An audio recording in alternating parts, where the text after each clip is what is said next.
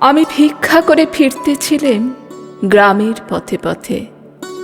তুমি তখন চলেছিলে তোমার স্বর্ণরথে। অপূর্ব এক স্বপ্ন সম লাগতেছিল চক্ষে মম।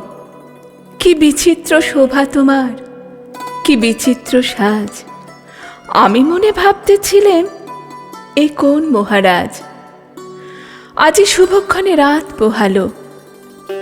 ভেবেছিলেম তবে আজ আমারে দাঁড়ে দাঁড়ে ফিরতে নাহি হবে।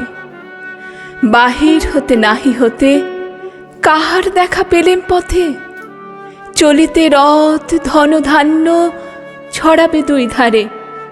মুঠা মুঠা কুড়িয়ে নেব নেব ভারে ভারে।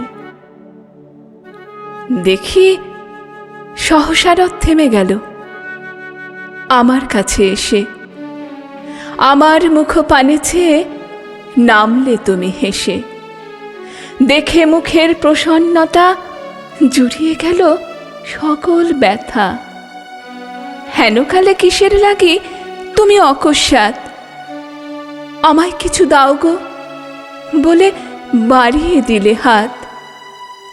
মোরে একই কথা রাজাধিরাজ, আমায় দাও গো কিছু।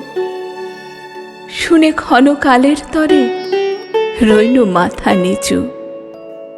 তোমার কি বা অভাব আছে ভিখারি ভিক্ষুকের কাছে?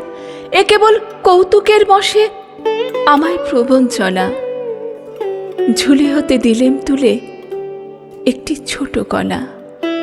যবে পাত্রখানি ঘরে এনে উজাড় করি, এ কি ভিক্ষা মাঝে একটি ছোট সোনার কণা দেখি।